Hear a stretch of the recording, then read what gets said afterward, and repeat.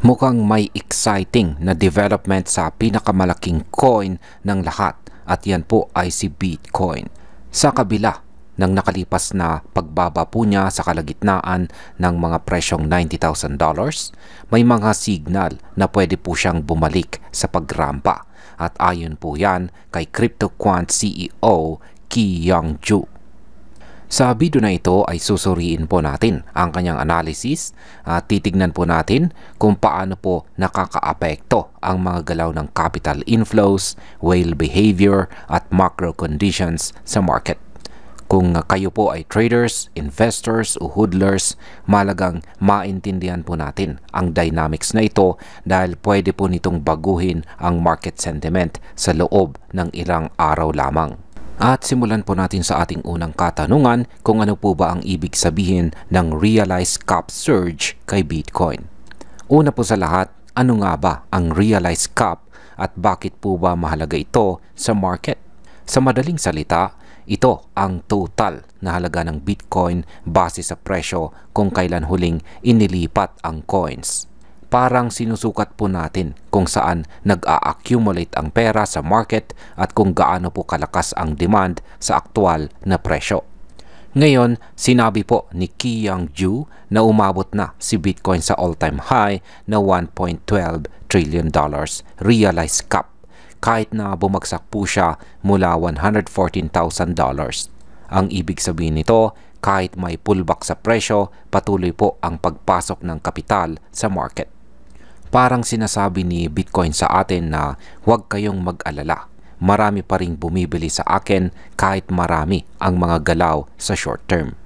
Ito rin ay nagpapakita na maraming institutional investors ang nag-a-accumulate, kagaya ng $162 million Bitcoin buy ng Strive ni Vivek Ramaswamy. Kahit bumaba si Bitcoin ng higit 10% sa loob ng 3 araw, hindi ito nangangahulugan na mahina na ang market. Ang realidad, ang market structure ni Bitcoin ay mas matatag kaysa sa iniisip ng karamihan. Sa market impact, para po sa atin bilang mga traders at hodlers, ang mataas na realized cap ay nagbibigay po ng confidence na may underlying demand. Hindi po basta-basta bumabagsak si Bitcoin kung patuloy po ang fresh capital inflows at pwede itong mag-trigger ng rebound kahit wala pang bagong bullish catalyst. Ngayon ay paano naman po nakakaapekto ang long-term holders sa stability ni Bitcoin? Sunod ay tignan po natin ang papel ng mga long-term holders o mga whales na matagal nang hawak si Bitcoin. Si Ju ay nagpakita po ng chart kung saan ang wallets na may age na 6 to 12 months ay may realized price na malapit po sa $94,000. Ibig sabihin, kung babagsak po si Bitcoin, hindi agad-agad itong makukonfirm ng bear cycle hanggat nananatili sa level na ito ang support. Bukod dito, ang mga long-term holders na dati nagbenta ng average 26,500 BTC per day ay bumagal po ang selling. Ang mga malaking wallets na higit 7 years nang nag-aari at naglipat ng higit sa 1,000 BTC per day last week ay nag-cool down na. Parang sinasabi nila sa market, okay lang muna, hindi na kailangang mag-panic selling. Sa perspective ng market impact, para po sa atin bilang mga hodlers, ang slowdown ng whale outflows ay isang senyales ng stability. Kapag bumagal po ang selling pressure ng mga whales, nagiging mas matatag ang presyo at mas mataas ang posibilidad na makakita tayo ng consolidation bago po muling tumaas si Bitcoin. Ano naman po ang epekto ng macro tightening kay Bitcoin? Ngayon, hindi po natin pwedeng i-ignore ang macro conditions. Ayon po kay Ju, ang recent na pagbaba ni Bitcoin ay partly dahil sa strong dollar at saka rising yields na nagpapataas po ng fear or takot sa risk assets. Sa madaling salita, kapag nagiging mahigpit po ang monetary environment, natural na nagiging defensive ang mga traders at investors. Pero ang interesting po dito ay sinabi ni Ju na hindi kailangan ni Bitcoin ng bagong catalyst para mag-rebound. Ang kailangan lang ay pahinga o slowdown sa macro tightening. Kung titigil ang biglang pagtaas ng yields o lumambot ang dollar, pwede agad siyang tumaas kahit wala pang major news. Para po sa atin bilang mga traders, ang insight na ito ay mahalaga. Ibig sabihin, kailangan nating i-monitor ang global macro environment at gamitin ito bilang guide kung kailan pwedeng maging bullish ang market. Hindi lang puro charts at candles ang dapat nating tingnan, kundi pati ang mga economic signals. Ano naman po ang posibleng downside ni Bitcoin ayon sa prediction markets? Isa pang interesting point dito ayon sa Kalshi Prediction Market ay may 63% chance na mag-trade si Bitcoin sa ilalim ng $90,000 bago matapos ang taon.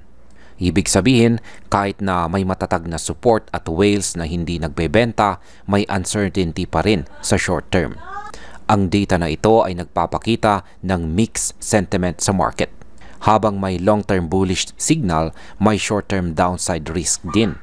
Para po sa atin, bilang mga traders at investors, kailangan po natin na maging handa sa volatility at huwag pong basta-basta mag-assume na tuloy-tuloy ang rally. Ito rin ang nagpapaalala sa atin na si Bitcoin ay parang tao. Kahit malakas ang backbone, sensitive po siya sa external pressures. Kaya dapat po nating bantayan ang parehong support levels at macro sentiment. Ngayon ay bakit po ba pwedeng bumalik si Bitcoin anytime? Ang pinakagusto kong parte dito ay bakit sabi ni Ju na pwedeng bumalik si Bitcoin anytime. Simple lamang po ang kasagutan dyan.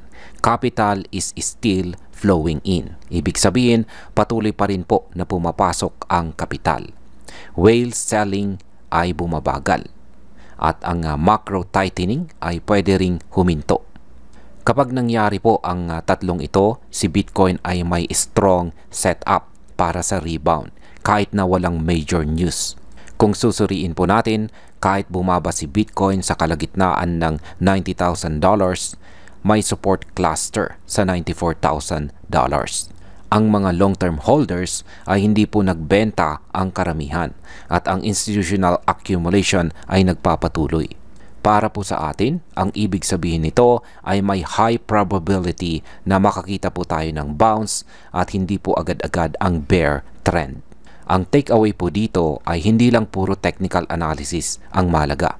Dapat din nating intindihin ang behavior ng mga whales, capital flows at saka macro context. Kapag nagtagpo po ang tatlong ito sa tamang timing, makikita po natin ang rebound ng market. At bilang panghuli ay ano naman ang aking masasabi tungkol dito. Para sa akin, ang sitwasyon po ni Bitcoin ay isang classic setup ng market na may short-term fear pero long-term strength.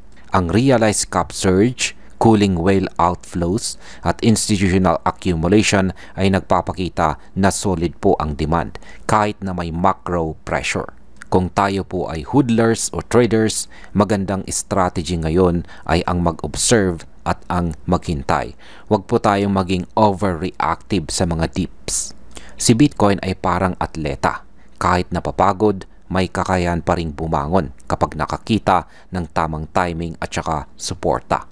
Kaya sa aking opinyon, kahit na may posibilidad na bumagsak si Bitcoin sa ilalim ng $90,000 sa short term, ang underlying market structure ay malakas. Ang susi para sa rebound ay ang continuing capital inflows, tamang whale behavior at saka macro pause. Kapag nagtagpo po ang mga ito, pwede po nating makita si Bitcoin na bumabalik sa spotlight at posibleng patuloy na tumataas sa susunod na buwan. At hanggang dito na lamang po tayo sa video na ito mga ka-crypto. Maraming salamat sa panonood.